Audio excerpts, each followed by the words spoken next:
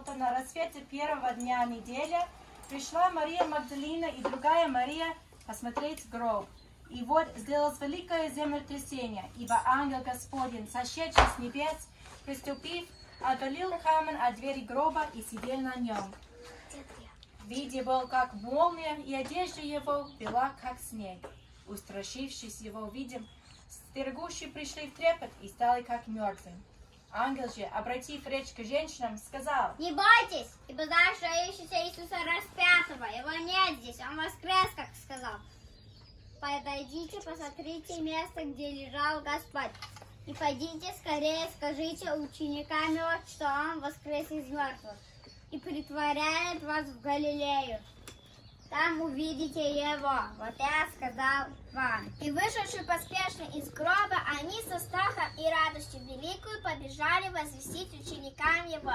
Когда же шли они возвестить ученикам его, то сей Иисус встретил их, сказал: радуйтесь. И они, приступивши, ухватили за ноги его, поклонились ему. Тогда говорит им Иисус: не бойтесь, пойдите возвестите братьям моим, чтобы шли в Галилею, и там они увидят меня. Когда же они шли, то некоторые из стражей, войдя в город, объявили первосвященникам о сем бывшем.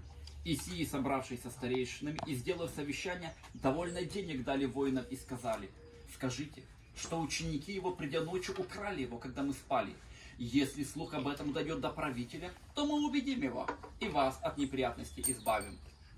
Они за деньги поступили так, как научены были.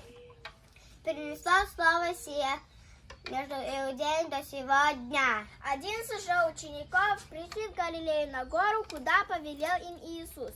И увидевши его, поклонились ему, а иные усомнились. И приблизившись, Иисус сказал им: да нами всякая власть на небе и на земле. И так идите, научите все народы, крестя их во имя Отца и Сына Святого Духа, уча их соблюдать все, что я повелел вам, и сея с вами во все дни до скончания века. Аминь. Аминь.